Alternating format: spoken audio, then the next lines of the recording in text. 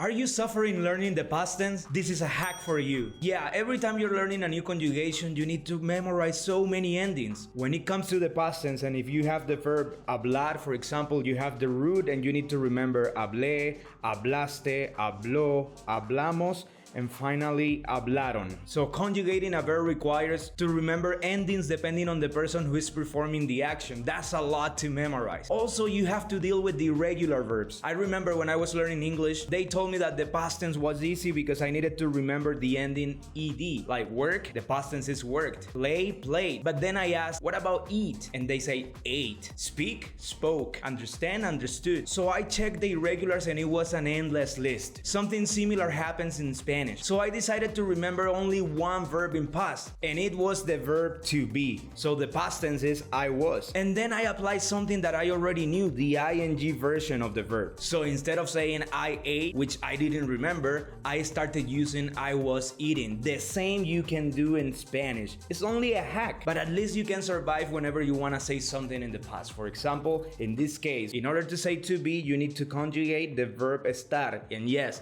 it's irregular, but only memorize this word. Estuve. Estuve means I was. And then you only need to add the ing. For all the AR verbs, you're gonna use the ending ando. So if you have bailar, which is to dance, you're gonna use bailando. So instead of saying I danced yesterday, if you don't remember that conjugation, if you haven't covered it yet, you're gonna be using estuve bailando. I was dancing. Estuve bailando ayer con mis amigos. I was dancing yesterday with my friends. And for the ER and IR verbs, you're gonna use the ending iendo, which in Spanish is yendo. So eating, I was eating. Estuve comiendo. So again, this is only a hack. Sometimes you're gonna feel like it's more precise to use I did this, but this is only a tool to survive. When you don't remember, you don't know if the verb is regular or irregular, you're gonna use this hack and it's gonna allow you to express yourself. For example, if I wanna say what I was doing yesterday, I can say estuve trabajando ayer, estuve comiendo, estuve aprendiendo, estuve bailando, estuve viajando, and everybody's going to understand that. If you want me to cover the rest, the conjugation of estar in past tense for you, he, she, and the rest, leave me a comment and don't forget to like and subscribe. Remember that I'm Nelfer Belilla and this is 2 Minute Spanish.